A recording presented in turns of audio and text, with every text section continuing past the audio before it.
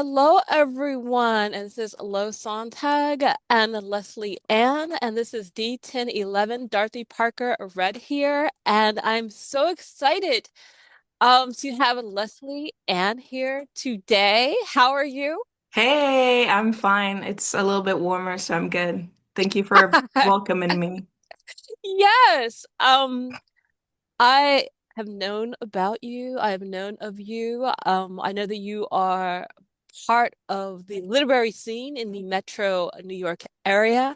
And you are making lots of strides and things and such. What was the moment you realized mainstream literary spaces weren't going to make room for you and you had to make your own because you run Brown Girl Book Lover and it's not just reviews, it's a lot of things. So when did you realize that you had to do that? Oh my gosh, I noticed this back in grad school in 2009, 11 when I would go to these spaces and I would feel quite foreign. It was like, white majority spaces and it felt like you had to acquiesce to a certain type of white aesthetic in order to be part of those things. And I never felt particularly comfortable in my skin there because I don't want to acquiesce who I am. And so I was really disgruntled. And I think like for years, like, I left the States. I was living abroad and teaching abroad. The economy crashed and I got a better opportunity abroad. And I think when I came back home, I wanted to get back involved in the literary community, but on my own timeline and on my own aesthetic. And I think Mhm. being out of the country, like it really made me more independent and more like, I don't know, more forthright to say, oh, there is a space that I can create that you can have, you can bring a Black aesthetic, you can bring people of color aesthetic within that space and celebrate that. So I created Brown Girl Book Club, I think, in 2018 as a way to celebrate Black voices, writers of color voices, and really to champion them and like allow them to show up as who they are. So as Brown Girl Book Lover isn't just reviews. It's kind of like almost like an intervention. And how intentional are you about shaping tastes that reflect that? I mean, I feel like you are very intentional about it, but are you like thinking like, let me make sure I have people from, all walks of life, in regards to people who are like people of color, racialized people? Is that something that you like are very intentional about who you bring on and what in their voice and what they're saying? Absolutely. Thank you so much for saying intervention, because that's what it is. I always think about like what voices are not in the room and what voices people are not hearing. So, of course, it's queer folks, if it's trans folks, and it's Black writers, writers of color. And I try to think about like who I'm not hearing enough about. Like, so I try to bring them in the room. So when I'm curating my list, I think about like, I do a lot of research and be like, what book is coming out? What books are coming out soon? And then I try to go a deeper, okay, here's a list of Black writers, writers of color, but then I go deeper. Like, what stories that we're not really hearing about more? And that's how I figured it out. And sometimes I want things to challenge me that are not based on maybe the aesthetic that I like, but I want it to challenge me. So also I want it to feel like really full embodied and representing like just maybe every facets and avenues of our experience. It's not like I don't have it down to a science, or I may not get it exactly where I am, but I really push myself, like especially if I'm like, oh my God, I'm interviewing too many men. Now I have to like switch, right? So I'm always pushing myself to think of the global majority. Yes, exactly. So, I mean, this kind of goes into the next question. Do you see your work as correcting a literary canon or building something entirely separate from it? Like, that's not my canon. I don't agree with that. Or do you want to be like, okay, people should be included? Like, is it like, what is your thought like Yeah. process? I want to say yes, and I think, the literary canon is created for a reason, and if people want to go to that canon, feel free. There are many like great writers that I admire in that canon, Toni Morrison, James Baldwin, um, CLR James, but I think what I'm trying to do is to build, maybe build a new canon or build, I don't even know if I want to call it a canon, build a library of ideas, right? Because I feel like sometimes canon can have this exclusionary idea or this idea of like it's only for a certain amount of people that's exclusionary. Um, and I want us to value all voices, even if you're not like, even if it's not your aesthetic or your thing or you think it's too commercial. The fact that someone took their time to write and really put it out there, I want us to value that. And so some writers that I interview may not be like, I'm like, this is not my thing, but I understand what you're trying to do. I value this idea, I value this poem, I value this idea in the novel. And I really want to like interview you and talk about you and talk about your ideas. So I think it's just like putting as many voices into the room and maybe helping others to create their own canon. No, yeah, I mean that sounds like a wonderful thing. Something I noticed that it comes up a lot in when I read about you and your work, is you being a Trinidadian American and Flatbush, Brooklyn. First, yeah, you always bring that up. Like, does that shape? I mean, of course it does. Does it shape the kind of stories that you're drawn to? But does it also make certain stories that you're suspicious of them because of that background? Like, I don't know, like that's okay or not. I love this. I think being Caribbean is all about being suspicious of everybody. So I'm just suspicious by birth. I was born with my eye like, what are you talking about? So I'm always suspicious. I'm always suspicious of like everything. I'm always suspicious about who gets the prizes, who novel is more celebrated than not, because there's some novels out there that are like totally celebrated, and then when we read it, we're like, really though, right? So I'm always suspicious of that, or of who gets the job or who doesn't, right? Like, because even though we talk about equity and we talk about like, even though there might be black writers and writers of color in their room, like then it gets break down to who you know and all these things. So I'm really suspicious of all these things, and I think having a healthy dose of suspicion is like really important and really healthy for me and how I like run my life, because I think it has helped me like stay out of really trouble and be cautious. But I think like growing up, in East Flatbush, I came to the States when I was 13 years old. And I've lived more of my life in the States, so I definitely see myself of Caribbean American.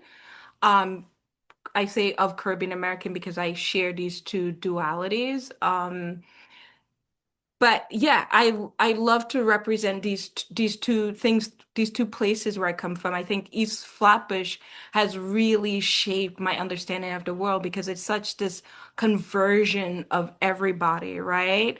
And everybody are outsiders or insiders. So East Flatbush, you have like the old like Orthodox Jewish community, you have Caribbean community, you have African American community. Like if you go further out, you have like, white folks, and it's just this like convergence of people. And like I like that idea. I like this like how we move.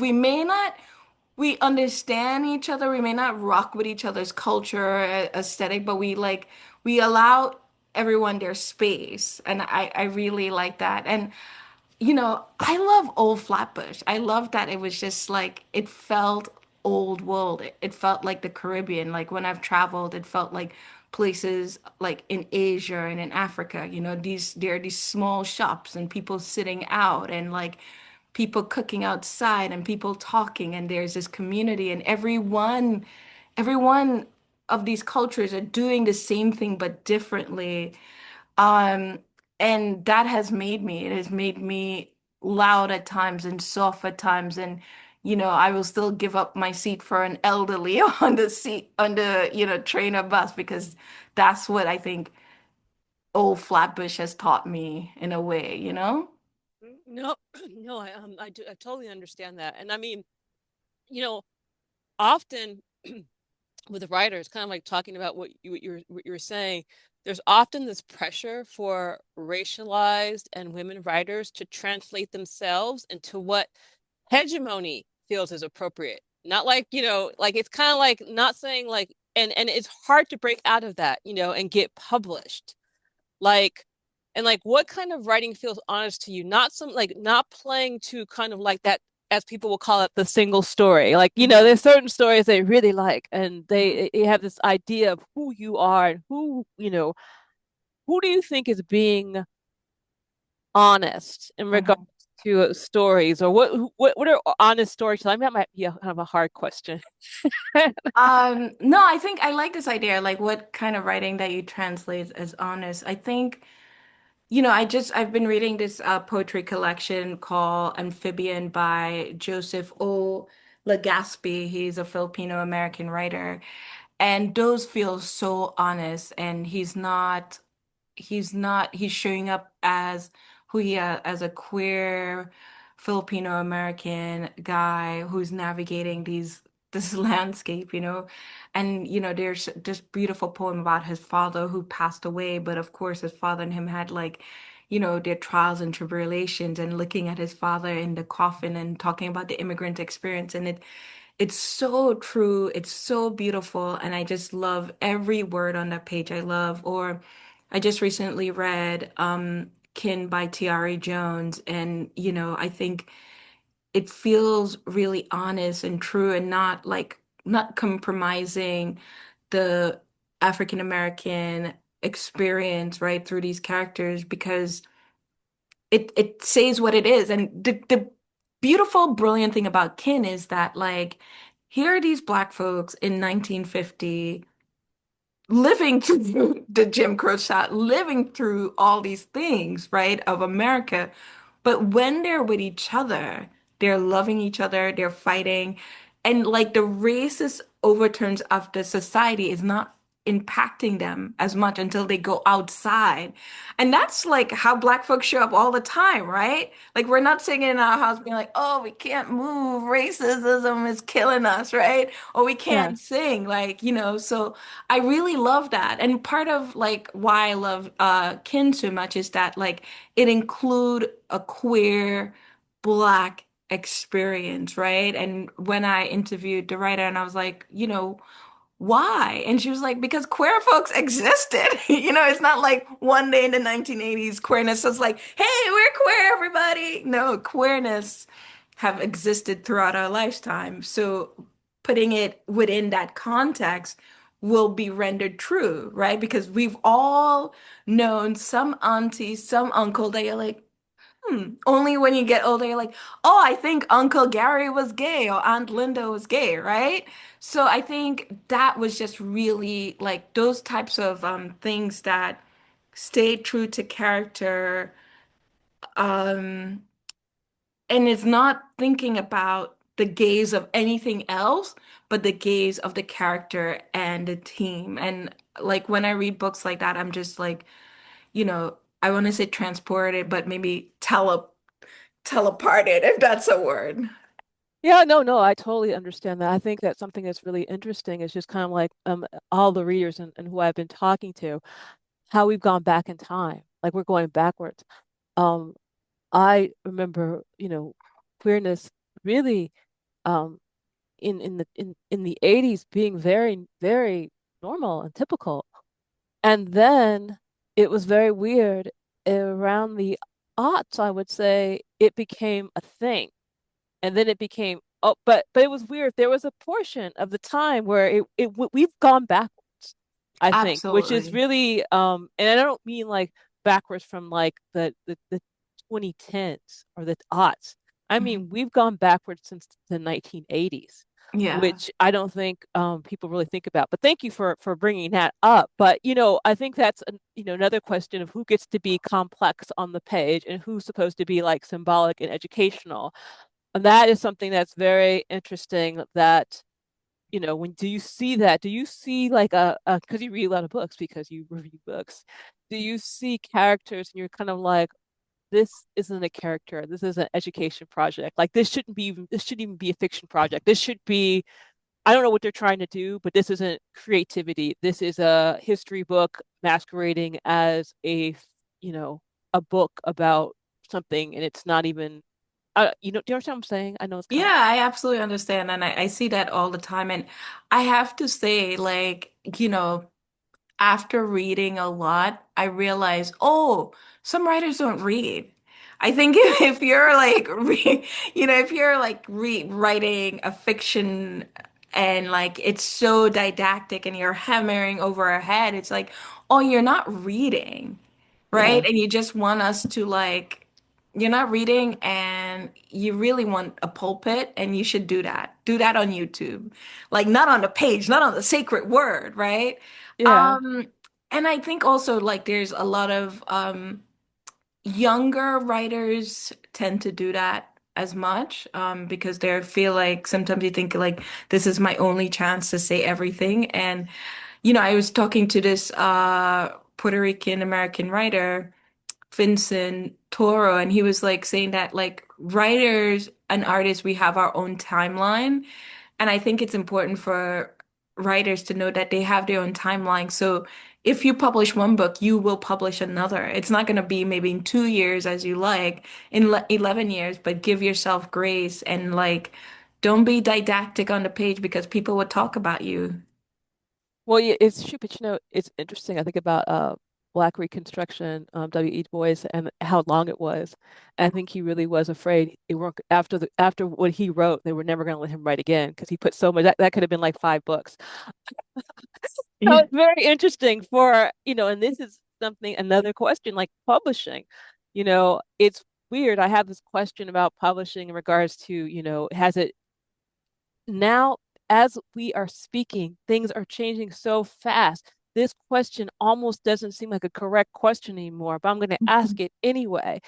Do you think that the publishing industry is actually changing? Like I said, we already know that, or just Hmm. rebranding exclusion? Hmm. You've kind of been doing this almost a decade now. Like, Hmm. what does the labor of advocating for diverse literature actually look like from day to day? Do you see it getting better or do you see it getting worse? I mean, like I said, as we're speaking, Hmm.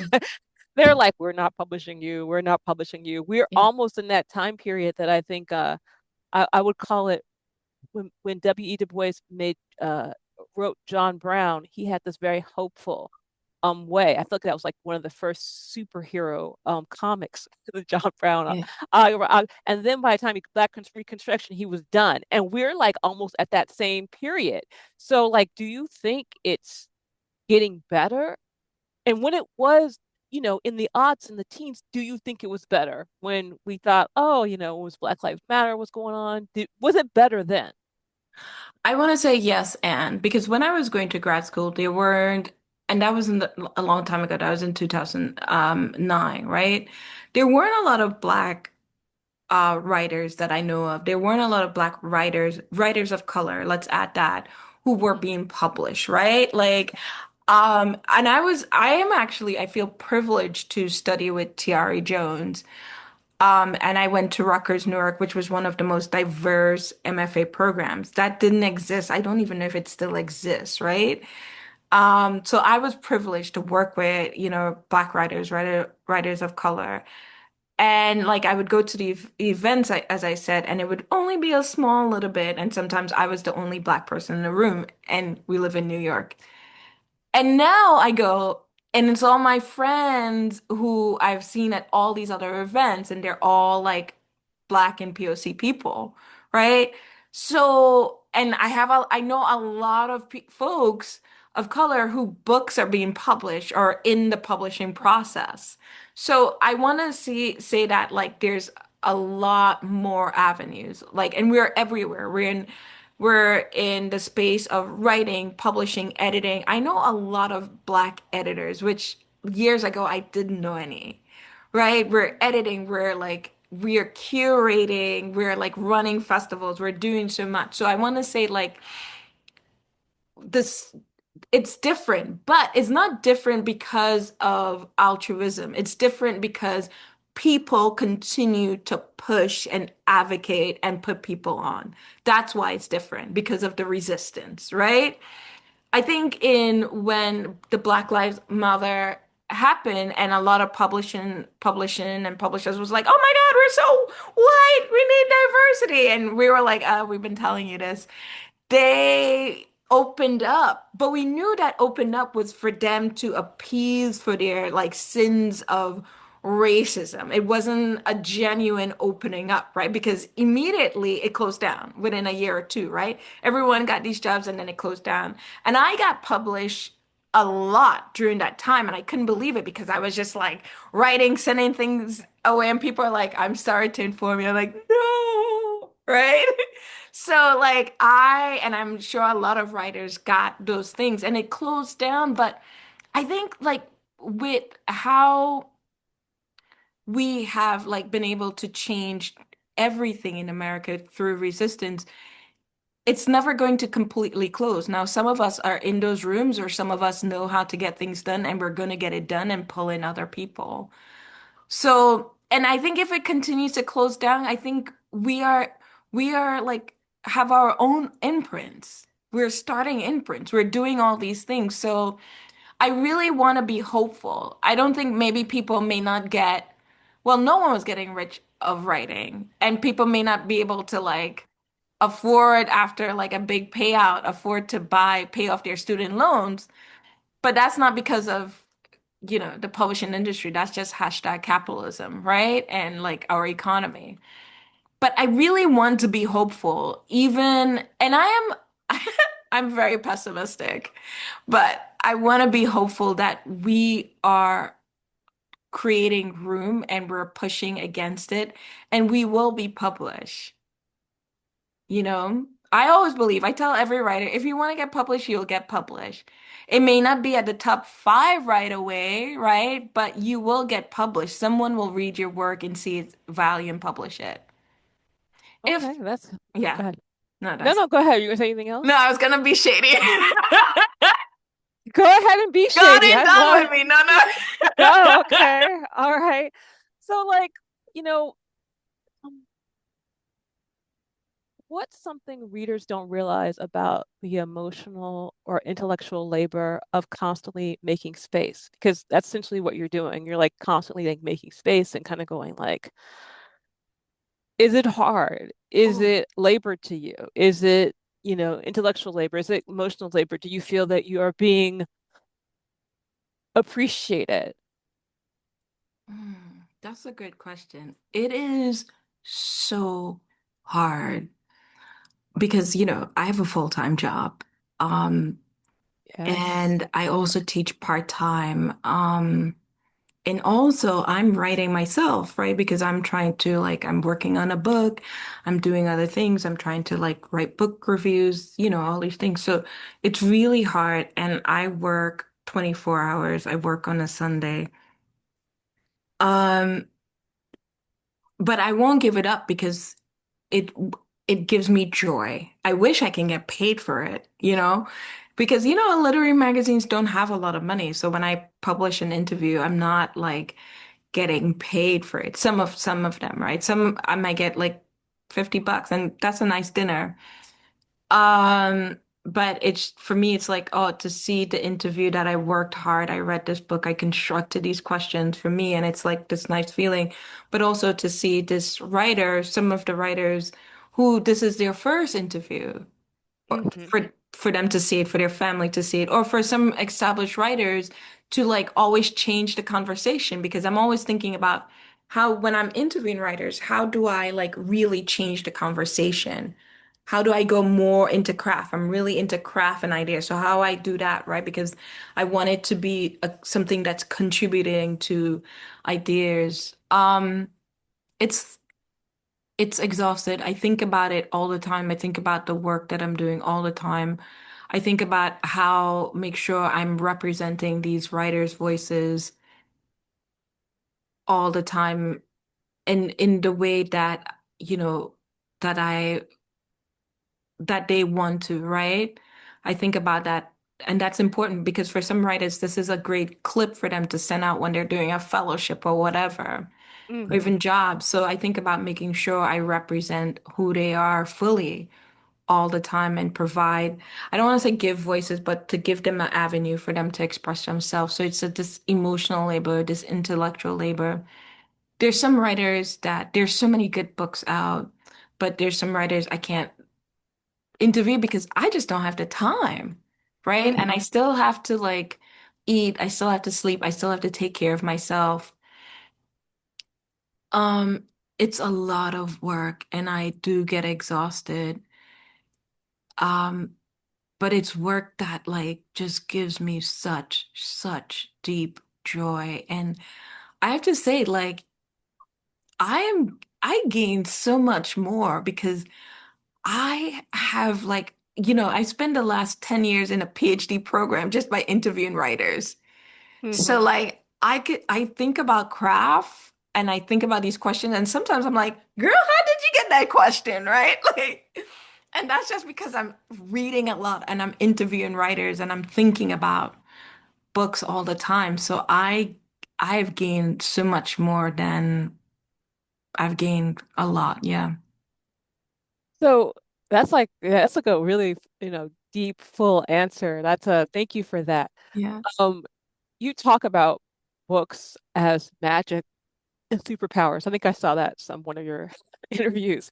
What kinds of stories are we still not allowing ourselves to imagine? Mm. I think I want to say queerness, queer love, Hmm. queer Black people loving on each other in a Hmm. way that's really beautiful. I think Hmm. sometimes when we want to think about queerness and queer Black people loving each other, we think of it as the deviant. So so if there's a sex scene, we want it to be deviant, right? Because we want to Hmm. label them as such. Like I ran into someone who was reading Kin and I was like, "Oh my God, isn't it great?" She was like, "Yeah, but the gay thing." And I was like, "Girl, I had to educate Yeah. her, right?" But the fact that she said the gay thing, that was like, I was like, okay, but I also live in my own world. But I think we have to understand that, like, as Black people, we say it, but sometimes we don't understand it. We're not a monolith. So they're queer Black people, and guess what? They have been here and they will be here forever. And we have to allow to enjoy their stories, and they can tell their stories anywhere. It shouldn't be like a queer character. It shouldn't always have to be like, I'm coming out of the closet, right? It should be like, I've been here and I've never been in the closet, and we should accept that. So I think that's one of the things that I think it's important for us to see more of queer Black folks, especially loving up on each other. Yes, I think that is very important. And I think that, and this goes back to what I was saying, my earlier point about the 1980s. And I think about hip hop and I think about while it did some wonderful things, it really did solidify these gender roles. And I think a lot of people let lots of things slide in that genre. Because the thing is, when I moved, I'm from California, so when I moved here from the East Coast, and hip hop is much bigger here, just so you know, it's much bigger here than it is on the West Coast, and I do feel this very binary thing in regards to sexuality more so here than I did when I was in Los Angeles. And I don't Mhm. know exactly what that is. I don't know if it's because it's 2026 and we've had all of these weird media things or it's the place. We'll have to discuss that later. Anyway, but yes, you're right. You are correct. What? Because we've actually gone on for a while. What I want to know what are you like other than this is very big what you are doing. Your like kind of like your book review. But as far as your writing, you writing? Because I know you said you send stuff out. So, what are you currently working on? Because I'm thinking sometimes the things that we should imagine, you're probably like, the thing I'm working on. So you gotta tell us now. So maybe sometimes I have like a really succinct idea what I'm writing, and then sometimes it's like all over the place and a hot mess. So I'm working on this essay collection. For a while I was working on a novel, but this essay collection is really speaking to me, and I've just been like writing it a lot. And it's really about like education, travel, and living in all these like spaces. So I've spent like a lot of my life like I was teaching abroad. I taught in Beijing, I taught in Bangladesh, I've taught at private schools, I've taught at a college and prison program. And so that's the foundation of my book, thinking about like what does it mean to teach and be a black body, a black woman body in these spaces.